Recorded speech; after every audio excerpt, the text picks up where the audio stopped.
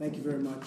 As you probably have heard, and some of you have reported, a missile was launched a little while ago from North Korea. I will only tell you that we will take care of it.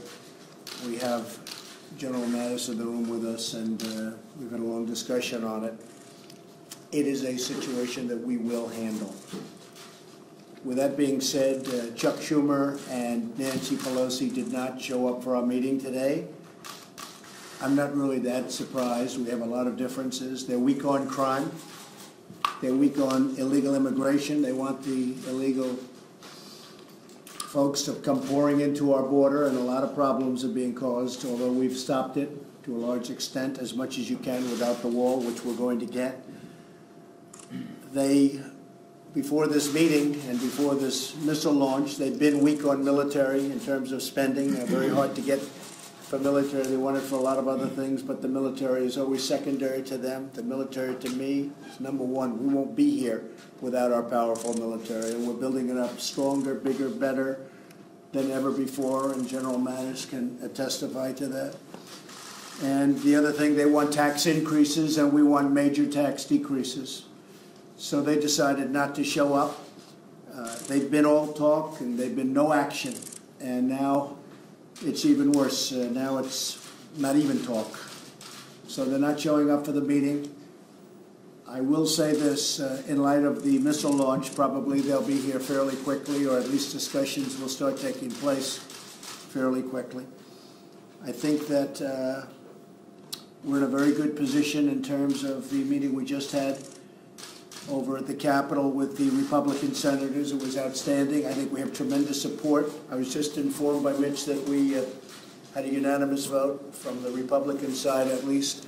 We had a unanimous vote on the tax bill, and it goes now the next step, and I think we're going to get it passed. I think it's going to pass, and it's going to be very popular. It's going to have lots of adjustments before it ends, but the end result would be a very, very massive, the largest in the history of our country, tax cut, and lots of good things are going to happen, including the bringing back to our country of, it probably will end up being over $4 trillion money offshore that's stagnant, that companies, and they're just not able to bring it back. So I think it's going to be a number over $4 trillion. Corporate will be able to compete now against the world. If you look at China, if you look at so many other countries, you look at many of the countries, China's at 15%. They're lower than us. We're getting it down to a level that is either going to be lower or right in the ballpark so that we can compete much better with our companies, our great, great companies. And that means jobs, and it means lots of other things. I'm very happy to see that the consumer confidence level is just about the highest it's ever been. In fact, I don't want to make any mistakes in front of the press because you'll get me on it, but to the best of my knowledge, it's the highest it's ever been.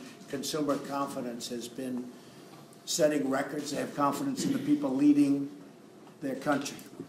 And I will say that I think it's going to go better and better, and I do believe that this vote on taxes, which are really tax cuts and reform, is going to be very, very important. So we had a good day today. We had a phenomenal meeting with the Republican senators.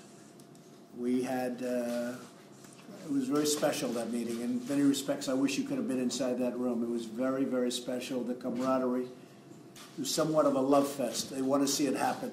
They want to see it happen not only for the Republican Party. I think much more importantly, they want to see it happen for the country, because they know how important it is for us to compete and win. And with that, maybe we'll start with Paul Ryan to say a few words about where we stand with different things, and then I'll ask Mitch McConnell. Okay. I'll just briefly say I think it's regrettable that our Democratic colleagues in leadership chose not to join us today. For a bill to become a law, Congress has to pass a bill, and the President signs a bill. That means Congress and the White House always negotiate legislation. We have important work to do. We have big deadlines to meet. We have a military in need of our support, and that work needs to happen now.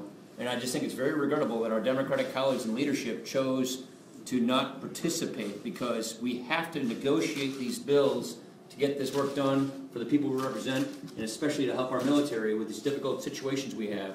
And I just hope that our friends in leadership on the other side of the aisle will choose to participate so we can get the people's work done. Thank you. Mr. President, I would just add, I've been in this position under a couple of previous presidents. I can't recall ever turning down an opportunity to go down to the White House. As the Speaker mentioned, only one person in America can sign a bill into law, and that's the President of the United States. You cannot negotiate the year-end, the omnibus spending bill without the person who signs the bill in the room. So I think the Democratic leaders in the House and Senate need to understand the way the government works. And the administration has to be a part of the ultimate negotiation over what the spending level is going to be for the next year. Well, we are very far apart because our views on crime and our views on immigration and the military, so many are different. But a lot of things have happened even over the last 2 hours with respect to the missile launch. We want our military funded, and we want it funded now. It's going to be bigger, better, stronger, it already is, than ever before. But we want to get going on that now. So that is a difference, in all fairness, from this morning when I told them that we're way, way far away. And with that, I may just have General Mattis say just a couple of words about what he has found out. General, do you want to say just a couple of little pieces of information? Mr. President, Senator, Speaker, a little over 2.5 hours ago, North Korea launched an intercontinental ballistic missile. It went higher, frankly, than any previous shots they've taken. It's a research and development effort on their part to continue building ballistic missiles that could threaten everywhere in the world, basically.